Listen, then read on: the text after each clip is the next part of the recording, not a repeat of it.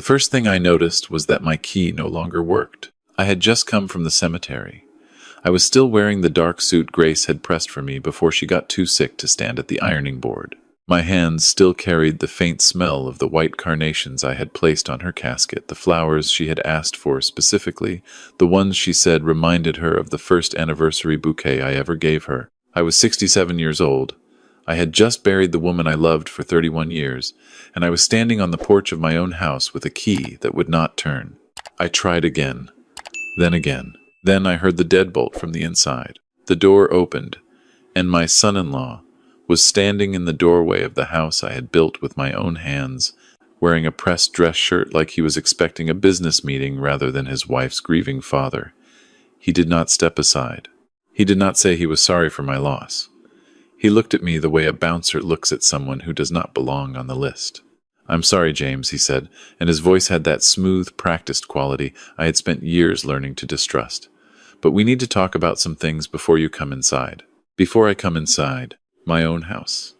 The house where my daughter took her first steps on the kitchen tile.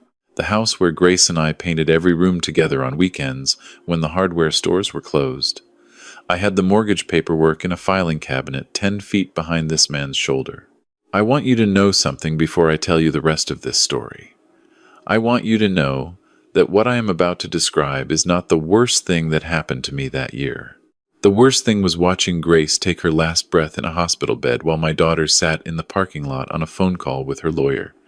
The worst thing happened 3 months before that front porch moment. But standing there with my key in my hand and nowhere to go on the night I buried my wife, that was the moment I understood exactly how far my daughter and her husband were willing to go. That was also the night I made the call that would give them exactly what they deserved. Grace and I met in 1988 at a hardware trade convention in Indianapolis. I was 29 years old and running a single store I had inherited from my father in Dayton, Ohio. She was working a vendor booth wearing a yellow blouse, arguing politely but firmly with a supplier twice her size about pigment consistency and exterior latex paint.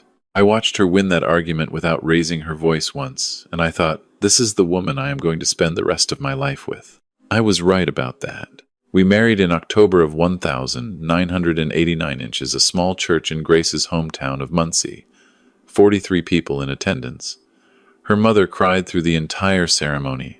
Mine told me afterward that I had married above my station, and she meant it as the highest compliment she could give. The first years were exactly what I had hoped for, and harder than anything I had imagined. Grace kept the books for the store while I handled inventory, vendors, and the sales floor. We worked 6 days a week and saved everything we could. She had ideas I never would have thought of on my own, a tool rental program for contractors, a delivery service for large orders, a Saturday morning workshop series for homeowners who had never held a drill in their lives. "People don't just want hardware," she told me one night over a late dinner that we were eating at 10 o'clock because it was the first chance we'd had to sit down all day. "They want to feel capable. They want to leave the store believing they can fix the thing themselves. Sell them that feeling and they'll come back every time." She was right about that, too. Our daughter was born in 1993. By then we had opened a second location in Springfield. By the time she started kindergarten, we had 4 stores. By the time she started high school, we had 11 locations across Ohio and Indiana operating under the name Garrett Home Supply. Garrett being my mother's maiden name, because Grace insisted that my family deserved to be remembered in the thing we had built together. I am not telling you this to brag. I am telling you this because my daughter grew up watching her mother and me build something real from nothing, and somewhere along the way she decided she deserved to own it without ever having to earn it. The first sign came when she was in college. She had always been sharp, she got that from Grace, but in her junior year she started dating a man named Derek who was studying corporate law. Derek was handsome in the way that makes you uneasy. Too polished, too deliberate, the kind of man who always seemed to be performing a slightly better version of himself for whatever room he happened to be in. Grace told me, after the first dinner we all had together, that she felt like she had been evaluated rather than welcomed. "He spent 20 minutes asking about the business structure," she said to me that night. "Not about us as people, about liability exposure and trust arrangements. He is very interested in what we have built, James." I told her she was probably reading too much into a nervous young man trying to impress his girlfriend's parents.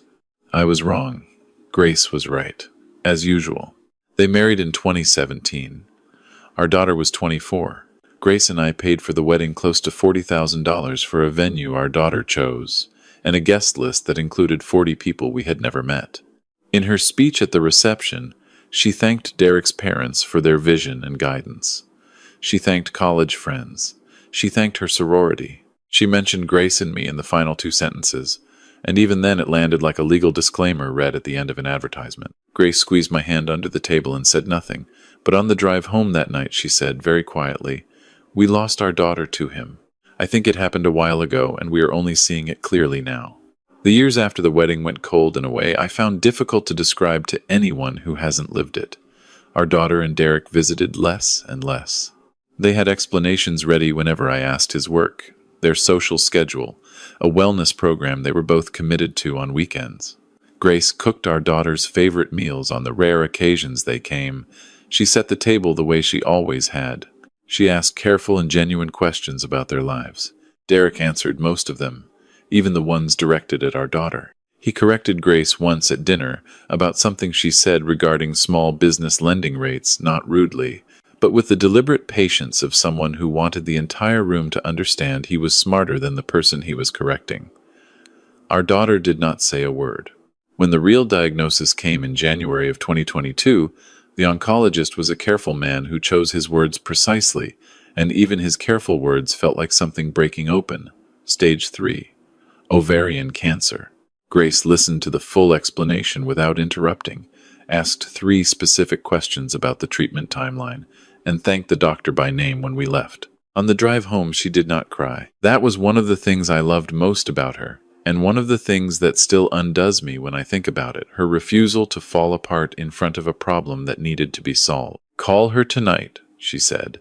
But James, listen to how she responds, not the words, the underneath of the words. I called our daughter that evening. She was in the middle of dinner. She said she would call back. She called back 2 days later, and her first question was whether I had explored specialist options through Derek's professional contacts at the Cleveland Clinic. Not, "How is Mom?" Not, "What do you need from me?" Not, "I'm getting in the car right now." Derek's connections. The months that followed were the most important and most painful of my life. I canceled everything. I told my management team, good and loyal people who had been with Garrett Home Supply for years, that my wife came first and the stores came second, and they understood completely, because they had known Grace since before some of them could legally drive. I sat with her through every chemotherapy session. I learned to give injections.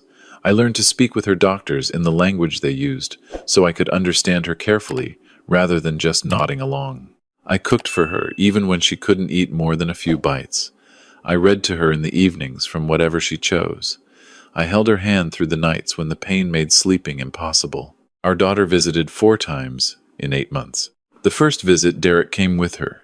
He spent most of it at our kitchen table with his laptop open while our daughter sat with Grace for about 90 minutes. On the way out, Derek mentioned casually that he had been reviewing some documents related to the business trust structure. Just familiarizing himself, he said. Getting up to speed. I watched him say it. I watched our daughter look at the floor. That night, I called my attorney, Raymond Holloway, a man I had worked with for 22 years and trusted the way you trust someone who has helped you through the worst nights your business has ever had and never once made you feel foolish for the phone call. I told him what Derek had said and how he had said it. Raymond was quiet for a moment. Then he said, "James, we should meet. This week if possible. Not because there's necessarily a crisis yet, but because some things are easier to protect before they need protecting." That conversation was the most important one I had in those 8 months. More important than any of the medical conversations, though I did not fully understand that until much later. Over the following weeks, Raymond and I restructured how our assets were held. I cannot and will not describe the details here beyond what matters to the story. What matters is that Grace knew every decision we made.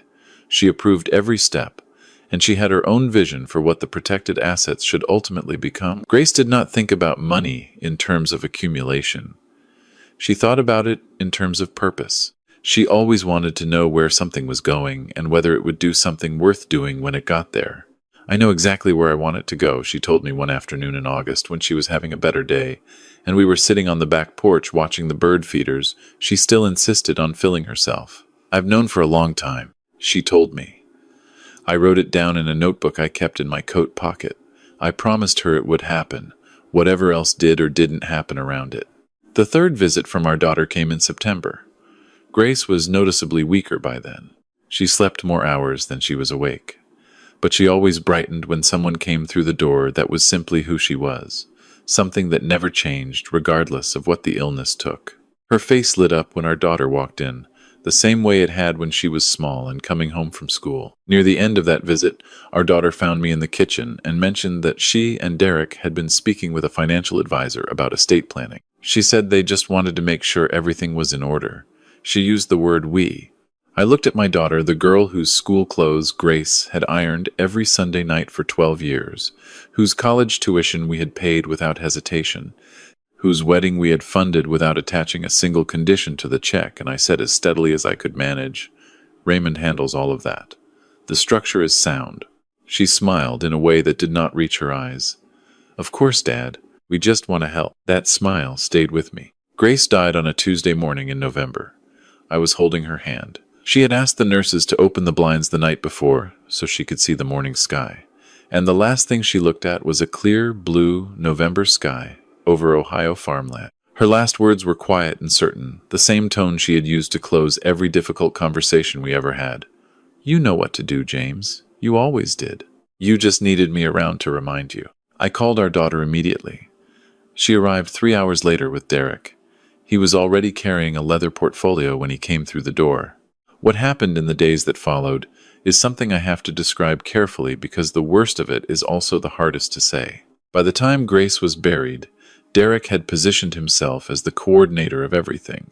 He had spoken to the funeral home before I had. He had spoken with our pastor.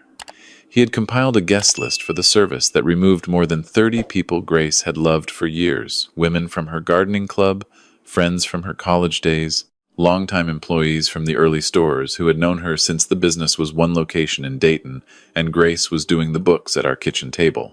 When I asked why those people weren't on the list, Derek said Grace would have wanted something intimate. Grace would not have wanted something intimate. Grace would have wanted every person she had ever genuinely cared about to have the chance to say goodbye to her. But she was not there to say so, and Derek was speaking on her behalf with the ease of someone who had been quietly rehearsing for exactly this moment. Our daughter stood beside him and said nothing to contradict a single word. The day after the burial, I went home. I stayed for 2 days without answering calls, sitting in Grace's chair in the living room, looking at the life we had assembled across 3 decades, trying to understand how to exist inside it without her. On the third morning, I drove to the cemetery and talked to her. I am not embarrassed by that. 31 years of marriage means you develop the habit of saying things out loud to one specific person. And the habit does not simply end. "I'm going to be okay," I said, "because you told me to be. And you have never been wrong about anything that mattered." I came home that evening and tried my key. My son-in-law was in the doorway with the deadbolt thrown back behind him. 3 cardboard boxes and 2 garbage bags were stacked on the porch to my left. My clothing, my prescription medications, my reading glasses.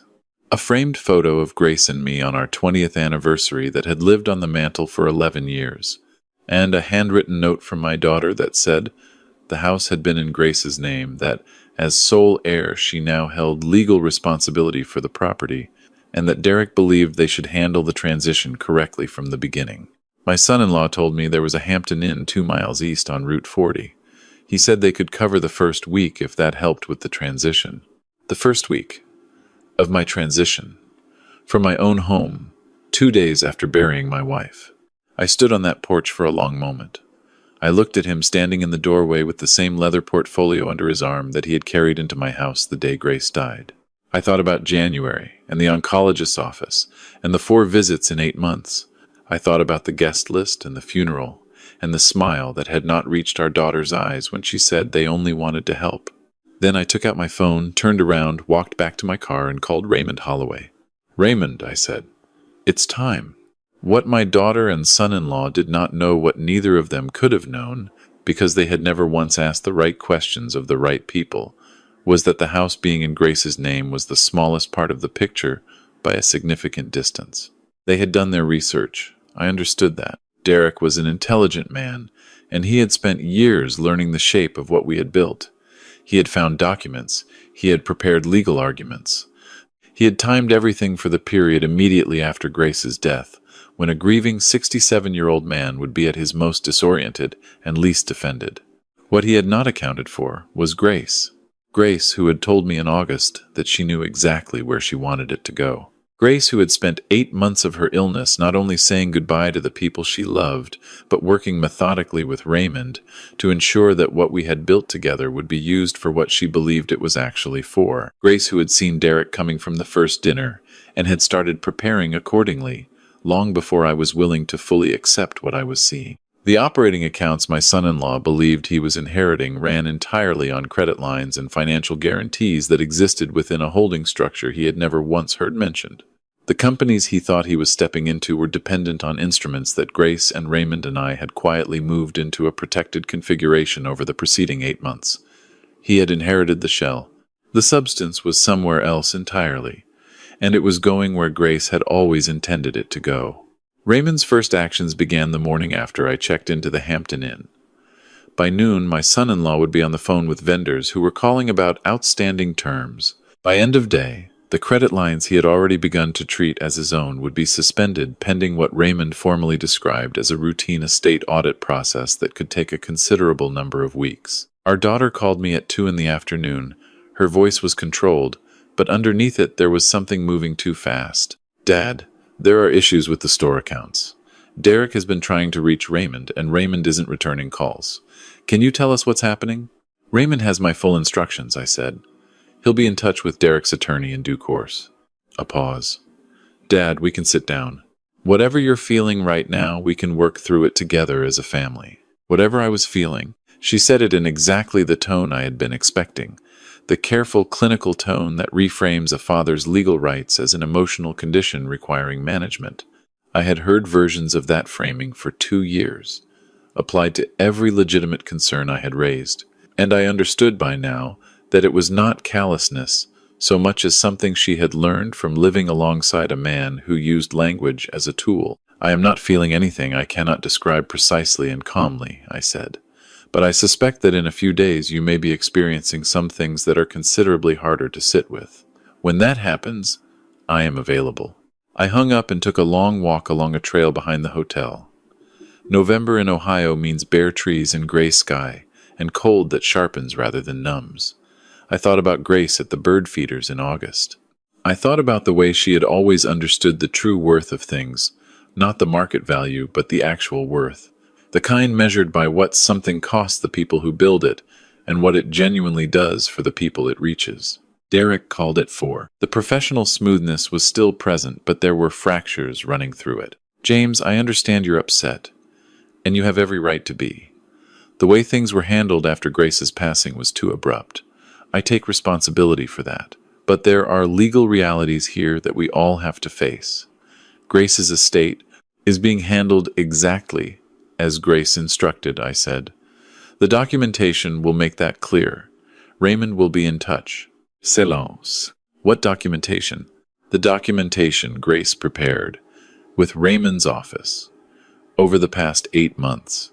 The silence that followed was the most complete silence I had heard in a very long time. The picture assembled itself for them gradually over the following 2 weeks. And each piece of it was worse than the one before. The stores they had believed they controlled were hemorrhaging without the financial infrastructure that had quietly been withdrawn. Vendors were sending demand letters. The employees, good and loyal people, many of whom had worked for us since before our daughter was born, were confused and frightened, and I made sure they understood their positions were secure and that the disruption was temporary and that they had done nothing wrong. My son-in-law had been very thorough in his planning. So had Grace. The difference was that Grace had loved these people, and Derek had only ever seen them as a cost line. Our daughter came to the hotel on a Saturday morning, alone. No Derek, no leather portfolio. She looked like someone who had not slept properly in 2 weeks. She sat across from me at the small table by the window and said, "Dad, what did you do?" I did what your mother asked me to do, I said. She looked at her hands for a moment. Derek says there's no way Mom structured things this way without telling me. I let that settle in the air between us before I answered. Your mother tried to tell you things every time you were in the same room with her, I said. She told you she needed you by asking where you were when the medication had her confused at 3 in the morning. She told you by making your favorite meals and watching you eat them in 40 minutes because you had somewhere more important to be. She told you, by the way, her face changed every time you walked out the door. She told you in ways that a daughter who was paying attention would have understood. She did not speak. She left you a letter, I said. Raymond has it as part of the estate documents. I think you need to read it. Grace had written the letter in August on a better day, sitting at the kitchen table with her good cream-colored stationery, the pen she kept for things that mattered. I did not know its full contents. That was between Grace and our daughter, and I had never asked and never would. But I knew Grace. I knew how she expressed love, even when love required honesty that hurt. I knew she would not have been cruel, because Grace was never cruel. But she was truthful, and her truth could reach places that cruelty never could, precisely because it came from a place of undeniable and unconditional care. When our daughter stood to leave, she stopped at the door and turned back. She said very quietly, "The locks were wrong, Dad. I knew it was wrong when he suggested it. I did it anyway." It was the most honest thing she had said to me in years, maybe longer. "I know," I said. She nodded once and walked to her car. I watched her go and let myself feel the full weight of what this had cost, not just in the past few weeks, but in the years leading up to it. All the small moments of distance that had accumulated until distance was the only thing between us. Grace had always told me I needed to feel things fully rather than filing them away for later.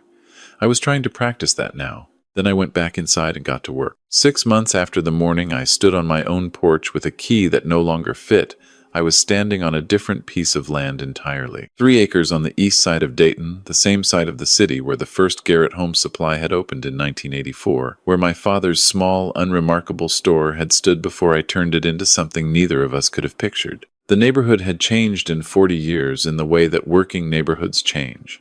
Some of it progress, some of it erosion, but the same essential people throughout: skilled tradespeople, working families, men and women who built and fixed and maintained things and had never received the credit or the resources that Dayton's more visible neighborhoods accumulated as a matter of course. Raymond stood beside me with his hands in his coat pockets. "She chose this location herself," he said. "I want you to know that." Back in August, she pulled up a map and pointed to this block specifically. She had grown up 4 streets over. The Grace Garrett Trades Academy. That was the name she had written herself, in her careful handwriting, in the notebook I kept in my coat pocket. A vocational training center for adults in the skilled trades: electrical, plumbing, carpentry, HVAC, and small business management. No tuition, no application fees. Open to East Side residents who were willing to do the work. Funded entirely by the assets Grace and Raymond and I had protected over those 8 careful months. $17 million. Not to Derek's portfolio, not to our daughter's inheritance. To the neighborhood where Grace had grown up, learning that people who work with their hands deserve every ounce of dignity and every resource that people in glass tower offices have always taken for granted. The first cohort would enroll in the fall. 40 students. The instructors we had already hired were among the most skilled tradespeople in the region, men and women who knew their craft from the inside, the way Grace had always known her numbers. Not as performance, but as genuine understanding built across a lifetime of real work. I thought about our daughter reading that letter. I hoped Grace had found the words to reach the woman she had raised, the one who existed underneath the 10 years of Derek's careful influence. I believed Grace would have tried. I knew she would not have written it in bitterness. She would have written it the way she did everything that mattered, with complete honesty and complete love, understanding that sometimes those two things are hardest to hold together and most necessary when they are. My son-in-law had left our daughter 2 months earlier. He had accepted a position in Atlanta, according to the brief phone call she made to tell me. He had not extended much discussion of the decision to her before making it. I was not surprised. A man who spends a dinner cataloging a family's financial structure does not choose to stay once the structure is no longer accessible to him. He had made his calculation, and our daughter was no longer part of the favorable side of it. She was working now, a real job, at a marketing firm downtown, work she had actually done and been good at before Derek had gradually suggested she step back from her career to focus on the life he was building around them. She was rebuilding something. I didn't know its full shape yet, and I had decided to stop trying to predict it. She had called me 3 times in the past 6 months. Brief calls, careful, the calls of someone who had lost her footing and was feeling her way back toward solid ground. I had answered every time and kept each call open as long as she wanted to keep talking. I had not told her about the academy yet. I was waiting until the building was up and the first students were enrolled, until I could stand beside her in front of something real and tangible and say, "This is what your mother wanted to build. This is what she was thinking about in August when she was having a better day and the Ohio sky was clear. This is where it went." I wanted her to understand that. I needed to believe she still could. Raymond and I walked the perimeter of the lot while the construction crew began marking the foundation. Good workers from a contractor I had trusted for 15 years. The exact kind of people Grace had envisioned filling the first classroom seats. "Are you sleeping?" Raymond asked me. "Some nights very well," I said. "Others I still reach for the phone." He nodded. "She was a remarkable woman, James. She was the clearest thinker I ever knew," I said. "Clearer than me, clearer than any of the lawyers or bankers or executives we ever worked with, and it was because she always cared about the right things. Not appearances. Not what things look like from the outside. The actual substance of what you do and who it reaches." We stood for a moment looking at the marked ground where the building would go. "She also saw people clearly," Raymond said. "Earlier than I did," I said. "Almost every time." I have been asked, in the months since all of this resolved, whether I have any regrets, whether what I did was too much, whether a father's love should have led to a softer outcome. I think about that question when it comes to me, and I try to be honest with it the way Grace was always honest with hard questions. What I did was not revenge. I am precise about that because I think the word matters. Revenge is about pain for its own sake, about making someone feel what you felt, so that a kind of accounting gets settled. That is not what happened here. What happened was that I protected what Grace and I had built across 31 years of genuine partnership, and I used it for exactly the purpose Grace had chosen, and I gave our daughter a letter her mother had written, and the space to sit alone with what was inside it. That is consequence. And Grace always told me that consequence, honestly applied, is the most real form of love available to us when the easier forms have stopped working. The morning light was coming up over the east side of Dayton, hitting the bare November trees and making the frost on the marked ground shine. A few blocks over I could hear an early delivery truck and someone calling to a dog in a yard. Ordinary life, going about its ordinary business while something permanent was being marked out on the frozen ground. I put my hand in my coat pocket and touched the notebook. "I'm going to walk back," I told Raymond. "I know this neighborhood. I do know it. 40 years of knowing it, the streets and the people in them, and what they have built without sufficient acknowledgement, and what they deserve, that they have never quite received. Grace knew it better than I did. She grew up here. She became herself here, in a working-class house 4 streets over, with parents who fixed things instead of replacing them, and never once taught her to be ashamed of the kind of work that keeps the world running. That is why her name is going on the building. A few weeks before she died, on one of the last good afternoons when the light was right, and she was sitting in the chair she liked by the window, she asked me to read to her. I picked up the novel from her side table and read for an hour. When I stopped, she was quiet for a long time, looking at the afternoon light on the ceiling. Then she said, "James, when this is over, don't let it make you hard. Okay? What they do is going to try to make you hard. What people do when they disappoint you, when they take things, when they treat what you love like it belongs to them, it pushes toward hardness. Don't let it get there." I thought about that every single day for months afterward. I do not believe I became hard. I believe I became clear. There is a difference between those two things, and it is exactly the difference Grace spent 31 years helping me learn to see. 40 students in the first class, more the following year. Tradespeople who will spend their careers building and repairing and maintaining the places where other people raise their families, and they will do that work with skill and with the knowledge that someone believed they were worth a serious investment, not as a charity gesture, but as an honest acknowledgement of what skilled work is actually worth. Every one of them will walk through a door with Grace's name on it. I think that is what she meant when she said she knew where she wanted it to go. She meant somewhere it would keep working long after she stopped being able to see it. She meant something that would outlast the loss and the disappointment and the 2 years of watching our daughter choose a version of herself that Grace had never raised her to be. She was right, as she almost always was. There are nights I still reach for the phone to tell her something, a piece of news, something that would have made her laugh, a bird I saw at the feeder she used to fill. The habit of 31 years does not reassign itself simply because the person is gone. I let myself do it. I say it out loud in the quiet of the house, which is my house again, and I sit with the silence that answers, and I let that be enough. Not easy, not without pain, but enough. If any part of what I have told you sounds like something you have lived, if you have stood at a door that should have been open, if you have watched something you built with years of real work get reduced to a line item in someone else's calculations, if you have sat with someone you loved while the people who should have been there were somewhere else on a phone call, then you already understand the thing I learned too slowly and too hard. The people who want what you have built are not always the people who love you. Knowing the difference before it costs you something that cannot be replaced is the most important thing I know. Tell me in the comments where you are watching from. And if this story reached something in you that needed reaching, if it said something you needed to hear today, share it with someone who might need it too. We are here every day with real stories from ordinary people facing extraordinary moments of betrayal and loss, and finding, against the odds, the strength to come through. Subscribe, because tomorrow's story might be the one that changes everything.